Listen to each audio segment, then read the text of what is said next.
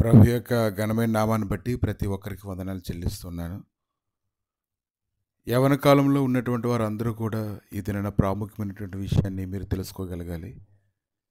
దేని యందు సంతోషం ఉందో, దేనిని బట్టి అయితే మీరు మరలా జీవిస్తారో, శ్రేష్టమైనటువంటి జీవితంలోనికి మీరు అడుగుపెట్టేటువంటి అవకాశాలన్నింటినీ మీరు ఉపయోగించుకోవడానికి దేవుడిని అధికంగా ప్రేమించాలి. నీ యవ్వన కాలమును బట్టి నువ్వు తప్పిపోవడం కాదు, కానీ నీ యవ్వన కాలంలోనే ఆయన కాడిని మోయడానికి మీరు ఎంతగానో ఇష్టపడుతూ ఉండాలి. కనుక యవనస్తుల విషయంలో అయితే దేవునికి ఒక ప్రత్యేకమైనటువంటి ఆలోచన, అభిప్రాయాలు అయితే ఉన్నాయి. ఘనంగా నీవు ఉండడానికి, శ్రేష్టమైనటువంటి వ్యక్తిగా ఈ భూమి మీద అనేకులు ఆయన నామం నీ ద్వారా మహింపరచుండాన్ని చూడాలని దేవుడు ఎంతగానో కోరుకుంటూ ఉన్నాడు. కనుక యవనస్తులు ఎప్పుడు కూడా ప్రభు అయితే ప్రత్యేకంగా చూశారు. వారిని బలవంతుని చేతిలో బాణం వంటి వారుగా ఉంచాలని ఆయన ఎంతగానో ఆశపడుతూ ఉన్నారు. కనుక ఈ దినాన కీర్తన గ్రంథం 61వ అధ్యాయము 3-4 వచనాలు చూసినప్పుడు, నీవు నాకు ఆశ్రయముగా నుంటివి, శత్రువుల ఎదుట బలమైన కోటగా ఉంటివి. యుగ యుగములు నేను నీ గుడారంలో నివసించదును, నీ రెక్కల చాటున దాక్కుందును. ఇది భయపడి దాక్కునేటువంటి స్థలంగా కాదు, కానీ దేవుడే నీకు ఆశ్రయంగా ఉండి నీకు వ్యతిరేకంగా ఉండేటువంటి వారందరి దగ్గర నిన్ను గొప్ప చేయడానికి ఆయన బలమైన కోటగా ఉండి యుగ యుగముల వరకు కూడా అతని గుడారంలో నివసించడానికి, ఆయన రెక్కల చాటును సురక్షితంగా దాక్కోవడానికి అనే దాని గురించి భక్తుడైతే ఎంతో సంతోషంగా వర్ణిస్తూ ఉన్నాడు. ఆదికాండము 3వ అధ్యాయం 8వ వచనం నుంచి కొన్ని వచనాలు చూసినప్పుడు, ఆయన ఏదైనా తోటలోనికి వచ్చినప్పుడు ఆయన అడుగుతూ ఉన్నారు, మీరు ఎందుకు బయటకు రాకుండా మీరు ఉన్నారు, మీరు ఎక్కడున్నారు అని వారి గురించి ఆయన ప్రశ్నిస్తూ ఉన్నారు. అప్పుడు ఆదాం చెప్తూ ఉన్నాడు, దిగంబరిగానే ఉన్నాను కాబట్టి భయపడి నేను దాక్కున్నాను అని. కనుక దేవుడే వారికి ఆశ్రయంగా ఉండాలనుకున్నప్పుడు, దేవుడే వారిని ప్రత్యేకమైనటువంటి స్థలంలో ఉంచినప్పటికీ కూడా దుష్టుడు వారి జీవితంలో ప్రవేశించినప్పుడు వారు జీవించేటువంటి జీవితం మారిపోయింది. వారి హృదయంలో కలవరము, భయం అనేది వచ్చింది. కనుక ఈ దినాన్ని గుర్తించగలగాలి. యవనస్తులైతే ఖచ్చితంగా తమ పట్ల తాము భారం వహించుకోవడం మంచిదే, కానీ ప్రభు అయితే ఏం చెప్తున్నారో దాన్ని వినాలి. వారిని దేవుడు ఎంత ఆశీర్వాదకరంగా ఉంచాలని కోరుకుంటున్నాడో అది వారు తెలుసుకోగలగాలి.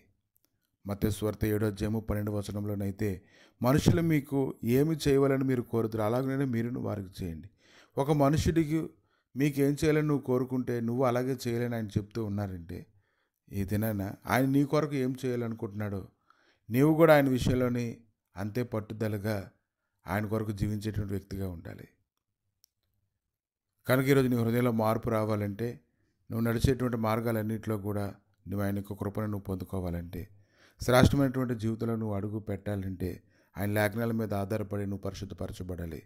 హెబ్రీయులు రాసిన పత్రిక 4వ అధ్యాయము 12వ వచనం, దేవుని వాక్యము సజీవమై బలము గలదే, రెండంచులు గల ఎటువంటి ఖడ్గం కంటేను వాడిగా ఉండి ప్రాణాత్మలను, కీళ్లను, మూలుగను విభజించినంత మట్టుకు దూరుచు హృదయం యొక్క తలంపులను, ఆలోచనలను శోధిస్తూ ఉంది.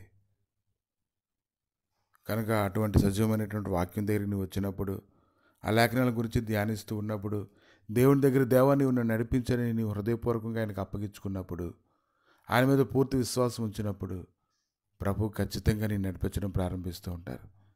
అప్పుడు నువ్వు తెలుసుకుంటావు, భక్తుల్లాగే నీవు కూడా చెప్తావు, నీవు నాకు ఆశ్రయంగా ఉన్నావు, శత్రువుల ఎదుట బలమైన కోటగా ఉన్నావు, యుగయుగములు దేవా నేను నీ గుడారంలో నివసిస్తాను, నీ రెక్కల చాటు నేను దాక్కుంటానని సంతోషంగా నువ్వు చెప్పగలుగుతావు.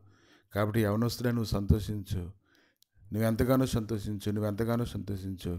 దేవుని యొక్క కృప మీ అందరి మీద ఉంది కాబట్టి మీరు ఎరిగి ఆయన అనుగ్రహించేటువంటి ప్రతి విధమైన అవకాశాలు మీ జీవితంలో ఉపయోగించుకొని శ్రేష్టమైన వ్యక్తులుగా మలచబడి ఆయన కొరకు సాక్షాత్తంగా జీవించండి.